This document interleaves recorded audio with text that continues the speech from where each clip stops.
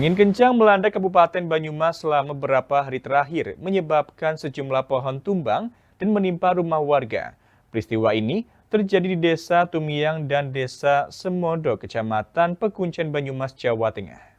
Angin kencang yang melanda wilayah Kecamatan Pekuncen, Kabupaten Banyumas berlangsung sejak 3 hari terakhir menerjang puluhan rumah.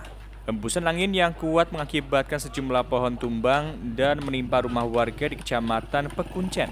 Rumah warga mengalami kerusakan cukup parah setelah tertimpa pohon pete berukuran besar yang tumbang.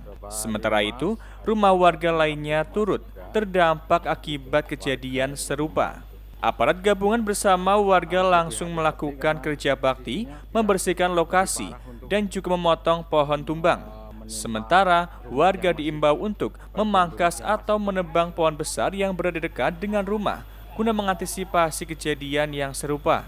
Kepala Pelaksana Badan Penanggulangan Bencana Daerah Banyumas, Dwi Irawan Sukma mengatakan, angin kencang paling banyak melanda wilayah Kecamatan Pekuncen seperti Desa Semedo, Pertahunan, Pasiraman, Candi Negara, dan Karangklesem. Desa Semedo dan Grumbul Karangpucung ini yang di Pekuncen, juga masing-masing Pekuncen, Desa Pertahunan, Desa Karangklesem, Desa Candi Negara, dan Desa Pasiraman.